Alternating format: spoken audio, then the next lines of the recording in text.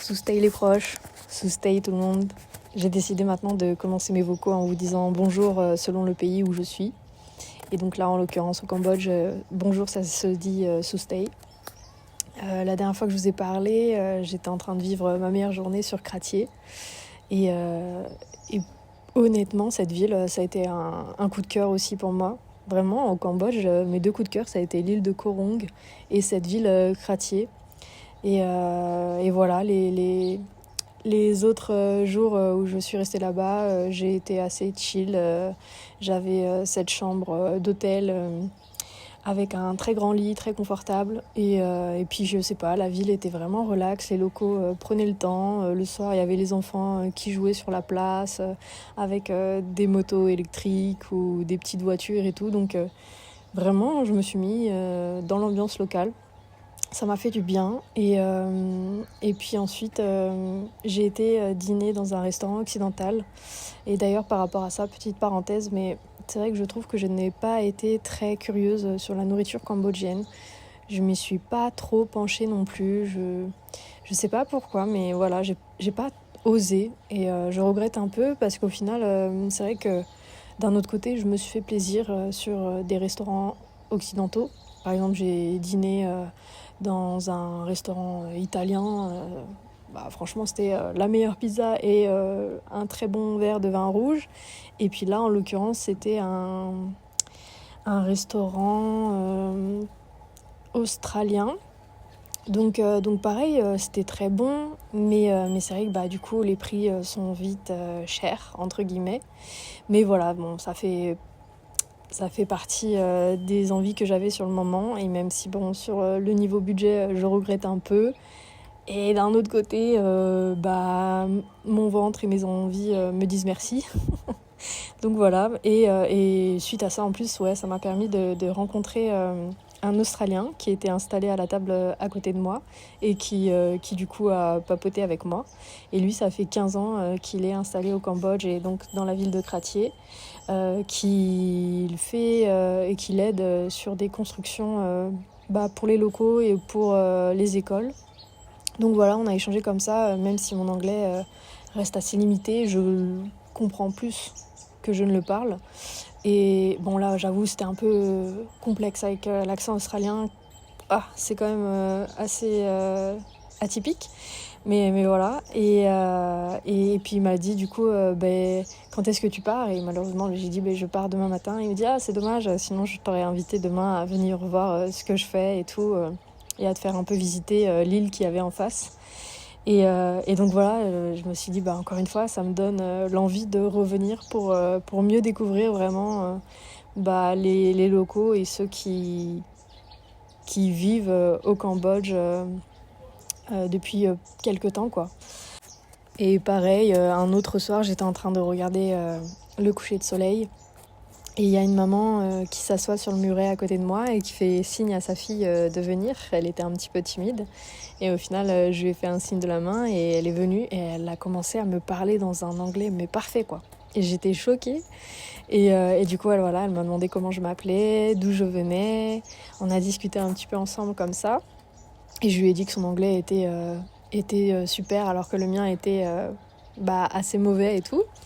Et du coup, elle me remerciait de pouvoir échanger en anglais. Et puis, elle disait aussi que ça faisait plaisir à sa maman de la voir discuter avec des touristes. Et chose incroyable, encore une fois, c'est que à la fin, elle m'a dit en gros merci de m'avoir accordé de ton temps et merci de venir visiter le Cambodge.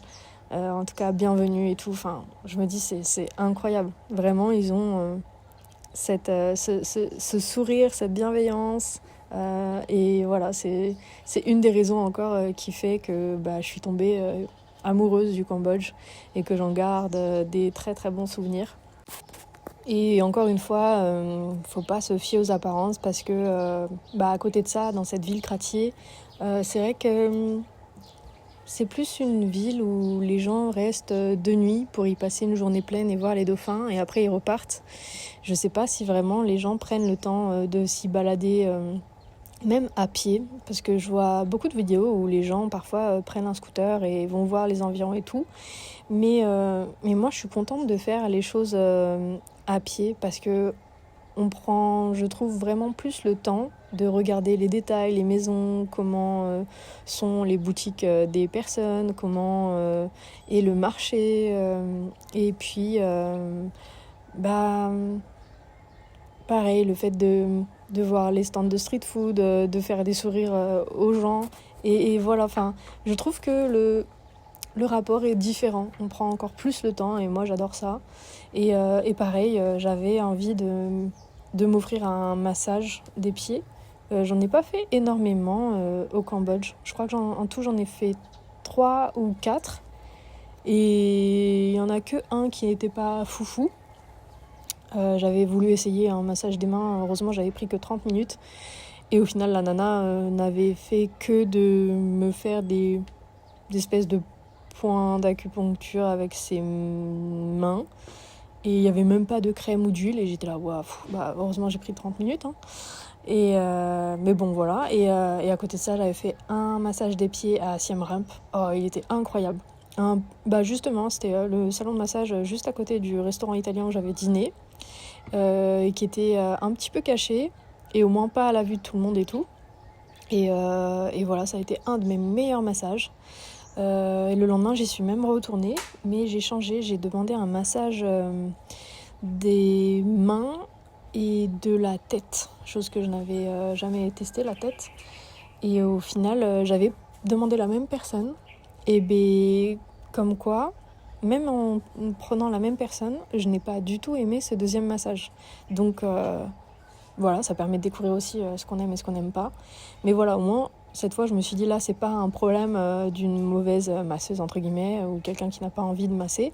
Mais c'est vraiment le fait de, bah, moi, j'aime pas qu'on me touche ou qu'on me masse à cette partie du corps. Donc voilà, au moins, maintenant, je sais. Et maintenant, je reste vraiment sur le massage des pieds. Ou peut-être un peu le dos ou quoi, mais voilà, je m'aventure pas autre part. J'aime pas. Trop de promiscuité, trop de... Non, non. Mais voilà. Et donc à Crattier, ouais, je voulais faire un massage. Et donc je vais dans un premier salon. Là-bas, c'est vraiment une affiche qu'il y a au-dessus. Mais il n'y a pas les prix, il n'y a rien. Et puis en plus, quand on voit, c'est un espèce de salon avec leur canapé en bois. Donc on se dit, ok, est-ce qu'il y a vraiment des massages là-dedans ?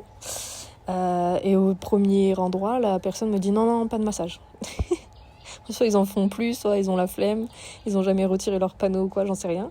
Et du coup, j'ai dit ok, mais où est-ce que je peux aller ? Et elle m'a indiqué, voilà, au coin de la rue. Et donc je suis allée à cet autre salon de massage. Et là où elle m'a dit ok, maintenant, et j'ai dit oui. Et du coup, en fait, elle m'a fait rentrer dans la maison. Et en fait, ils ont une pièce vraiment dédiée à ça, où il y a fauteuil, matelas au sol et tout. Et donc j'étais la seule. Et elle m'a installée dans un fauteuil énorme dans lequel je me suis installée, où je me suis dit mon Dieu, mais je vais jamais pouvoir en ressortir tellement c'était un peu mou, mais c'était drôle.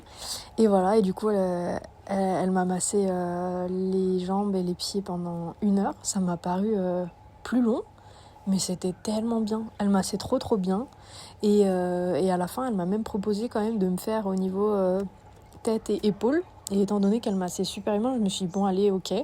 Et du coup, elle m'a fait installer sur un des matelas au sol. Et wow, c'était trop bien. Elle m'a massé la nuque. Et voilà, donc ça faisait beaucoup de bien. Et je recommande, encore une fois, parfois d'oser. Et puis, voilà, de tenter. Là, c'était 5$ pour 1 heure. Donc jusqu'à maintenant, je crois que c'est le meilleur prix que j'ai eu. Parce que même au Vietnam, c'était pas ces prix-là. Donc voilà, comme quoi parfois la devanture ça veut rien dire parce que ça fait partie des meilleurs massages que j'ai eu jusqu'à maintenant dans mon voyage. Voilà, et donc le lendemain je partais. J'avais réservé en amont mon bus pour passer la frontière et aller au Laos. Je m'étais un petit peu renseignée. Je sais que c'était une frontière également corrompue, où on pouvait demander des dollars en plus pour des tampons soi-disant de sortie ou d'entrée sur les pays.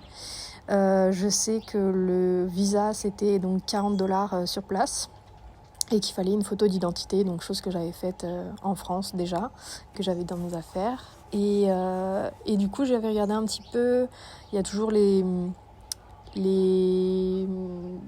bus qui sont proposés dans les hôtels où vous êtes. Mais dans ces cas-là, on ne sait jamais sur quelle compagnie on tombe ou si c'est des petits vans avec 36 000 personnes entassées dedans et avec je ne sais combien de pauses parce qu'ils vont faire aussi du transport de marchandises ou pas. Du coup, là, cette fois-ci, j'ai vu qu'il y avait une compagnie de bus connue qui était aussi à Kratie et donc qui faisait cet itinéraire entre Kratie jusqu'à Paksé au Laos. Donc je suis allée sur place me renseigner, on m'a dit que c'était $30, le départ était à 11h30 et comme j'essayais de liquider ma monnaie, je me suis dit je vais essayer de prendre finalement sur le site pour pouvoir payer en carte et pas avoir à retirer encore de l'argent à un distributeur, surtout que au Cambodge il y a toujours $5 de frais. Donc j'ai pris sur le site et j'ai bien fait parce que du coup c'était moins cher, il y avait $1,50 de différence. Je sais pas pourquoi, mais voilà, tant mieux. Et en plus on pouvait comme ça sur le site choisir la place qu'on veut dans le bus, donc top aussi parce que du coup j'ai pris tout devant. Comme ça je me suis dit si c'est des routes pas très agréables, au moins j'aurai la vue et j'aurai moins le mal des transports. Et voilà, et du coup, billet réservé, et je suis retournée à mon hôtel, j'ai passé ma dernière nuit là-bas. J'avais demandé la veille à pouvoir faire ma lessive. Elle m'avait dit que ce serait pas possible malheureusement pour le soir, mais que ce serait prêt le lendemain avant 7h. Donc je me suis dit, bon ok, c'est pas grave, je ferai mon sac demain. Et donc je vais me coucher et tout. Le matin, je me réveille, je vais pour me doucher, et là, pas d'eau. Et je me suis dit mince parce que j'ai vraiment envie de prendre une douche avant d'entamer cette journée de transport. Et puis moi j'avoue que le matin, si j'ai pas ma douche, j'ai l'impression d'avoir la tête dans les fesses toute la journée. Donc je descends, je demande mes vêtements qui étaient prêts. Entre temps je lui dis je n'ai pas d'eau dans ma chambre, je peux pas me doucher et j'ai besoin de me doucher. Donc elle va voir au premier étage et tout, et elle dit ok, malheureusement des fois ça arrive, mais il y en a encore au rez-de-chaussée, donc tu peux utiliser notre douche. Donc c'était plutôt une douche un peu commune, un truc ghetto, mais j'y vais et tout, j'y vais avec mes affaires, mon savon, donc je commence à me doucher, il y a de l'eau, bon c'était de l'eau froide mais c'est pas grave, je commence à me savonner et tout, et là je vais pour rallumer l'eau, et là, pas d'eau. Et je me dis, merde, mais c'est pas possible, je suis remplie de savon là sur tout le corps, comment je fais? Du coup, au final j'en ai rigolé, mais voilà, je l'ai pas mal pris et je me suis pas dit, mais c'est pas possible, ou à m'énerver ou quoi, non. Donc, j'ai remis ma serviette, je suis remontée comme ça jusqu'à ma chambre, j'ai vu même une des femmes de chambre me regarder avec tout le savon que j'avais sur moi et qui a rigolé, donc je pense que c'est fréquent là-bas. On a rigolé toutes les deux. Et donc, je suis retournée dans ma chambre. Et ce qui m'a sauvée, c'est que j'avais acheté la veille une bouteille d'1,5 litre pour le voyage. Une bouteille d'eau. Du coup, je l'ai utilisée en faisant attention à ne pas gaspiller. Et puis, du coup, j'ai pu me rincer avec ça et faire comme je pouvais. Donc voilà, j'ai quand même pris ma douche comme j'ai pu. Et puis suite à ça, je suis partie tranquillement. J'ai pris un petit déjeuner encore dans ce restaurant australien. Là, j'ai pris des œufs brouillés. Comme ça, j'ai pu liquider ce qui me restait en monnaie. Et ensuite, je suis allée tranquillement vers le bus. Et on est parti, une demi-heure plus tard. Mais après, à côté de ça, c'était vraiment classe. La compagnie de bus, les personnes qui travaillent dedans sont vraiment en habits comme les hôtesses ou les stewards. Donc, vraiment classe. Ils distribuent pareil un petit sachet avec une viennoiserie, une boisson. Il y a les bouteilles d'eau à disposition. Donc, non, vraiment, là-dessus, rien à dire. Le bus était très confort. Et puis voilà, on est parti jusqu'à la frontière. Je ferai un post plus en détail là-dessus sur ce passage de frontière, mais dans l'ensemble ça s'est bien passé, il n'y a pas eu de corruption, il n'y a eu que les $40 demandés. Après ils nous ont donné quand même une petite pancarte pour montrer qu'on était de cette compagnie de bus. Donc je pense que c'est réputé aussi pour éviter la corruption auprès des agents de la douane, je sais pas. Et voilà, ça a duré longtemps quand même. En tout, je crois que le trajet, ça a duré plus de 7 heures, même 8 heures. Parce qu'on est arrivé à 20h à Paksé. Franchement, ça m'a paru interminable. Et sur les routes du Laos, c'était assez dangereux parce qu'il y a beaucoup d'animaux qui traversent. Il y a beaucoup de vaches, comme ça, en liberté. Beaucoup de chiens. Il y a aussi des chèvres. Donc, surtout avec la nuit qui était tombée, c'était beaucoup de freinage assez brusque. Même s'ils ont l'habitude, entre guillemets, je me dis que c'est pas impossible qu'ils écrasent parfois des chiens. Vu comment ils s'en fichent un peu, ils klaxonnent maintenant si le chien s'en va ou pas, j'ai envie de dire qu'il en a rien à faire. Mais bon, voilà. En tout cas, il n'y a pas eu d'accident. Tant mieux. Et on est arrivé à Paksé. Et voilà. Pour la suite, je vous raconterai dans le prochain épisode pour cette arrivée au Laos. Mais honnêtement, je suis fière de moi. Donc je vous en parlerai la prochaine fois. Ah oui, et du coup, je ne vous ai pas parlé du budget que j'ai utilisé sur ces 26 jours au Cambodge. Donc, pour vous faire un récap, les restaurants, j'en ai eu pour 316 €, donc assez cher. C'est vrai que le prix des plats est en moyenne plus cher comparé au Vietnam. Bon, pour l'instant, c'est mon seul point de comparaison à côté. Et puis, comme je vous ai dit, je me suis fait plus plaisir à aller dans des restaurants occidentaux et donc qui coûtent plus cher. Voilà. Ensuite, pour ce qui est des hébergements, j'en ai eu pour 214 €. Je trouve que je me suis pas trop mal débrouillée, même si les prestations et la qualité des logements étaient quand même moins bonnes en général. Mais voilà, à partir du moment où moi je peux me doucher et où j'ai une chambre privée, ça me va. Ensuite, pour les transports, j'en ai eu pour 155 €. Sachant que j'ai utilisé une fois le train, ensuite ça a été minivan ou bus et une fois le bateau. J'ai fait 6 points au Cambodge. Donc je suis arrivée sur Phnom Penh, que j'arrive à dire maintenant. Ensuite je suis allée à Kep. Après ça je suis allée sur l'île de Koh Rong. Ensuite je suis allée sur Battambang. Après ça, je suis allée sur Siem Reap et pour finir, je suis allée à Kratie. Donc voilà, en tout, 155 €. C'était un petit peu plus cher. J'ai fait moins de distance comparé au Vietnam. Mais je suis quand même contente de ce que j'ai pu trouver en termes de prix. Même si, encore une fois, je pense que j'aurais pu trouver moins cher. Mais j'avoue, sur ce pays, j'ai pas fait d'efforts. Hein. Je me suis un peu relâchée. On va y remédier là au Laos. Ensuite, pour ce qui est du tourisme, j'ai utilisé 70 €. Donc, sachant que j'ai fait 2 fois appel à des guides pour visiter et voir des choses que je n'aurais pas pu voir seule. Et aussi parce que en termes de distance sur les points que je voulais voir, ça me serait revenu au même prix, voire plus cher, de faire appel à des tuk-tuk. Donc voilà, et au final, je ne regrette pas. C'était vraiment hors des sentiers battus aussi, donc ça m'a beaucoup plu. Ensuite, j'ai eu, ça je regroupe en frais de visa et puis forfait téléphone, j'en ai eu pour 56 €. Donc frais de forfait de téléphone, ça j'aurais pu trouver moins cher, mais j'avoue, j'ai aussi utilisé la facilité. Dis donc, beaucoup de facilité sur ce voyage. Hein. Voilà. Ensuite, les courses, c'est souvent quand je passe au 7-Eleven ou des choses comme ça, donc j'en ai eu pour 36 €. En massage, comme je vous ai dit, j'en ai fait 4. J'en ai eu pour 30 €. Donc vraiment, là-dessus, c'était avantageux, le Cambodge. Donc en moyenne, le massage, 1 heure, c'était entre 5 $ et 7 $. Et là, par contre, où ça pique un peu plus, c'est pour les frais à la banque. Quel que soit le montant que vous allez retirer, vous allez avoir 5 $ de frais. Donc là, à chaque fois, en plus, vous êtes limité dans le plafond pour retirer en espèces. Donc en tout j'ai retiré 3 fois, donc 14 € de frais. Et ensuite là je me suis fait plaisir donc pour la bague en argent que je me suis offert, qui m'avait coûté 11 $. Et puis le bob avec le petit logo Cambodia qui m'a coûté 3 $. Donc en tout voilà 14 €. Et pour finir, les lessives sur tout ce voyage, j'en ai eu pour 8 €. Donc c'était un petit peu plus cher comparé encore une fois au Vietnam. Mais il faut que j'arrête de comparer parce que chaque pays est différent. Mais voilà.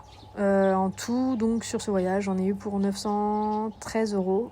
Si on divise ça, nombre de jours où je suis restée, 26 jours, j'en ai eu pour 35 euros par jour. Donc clairement, j'ai éclaté le budget.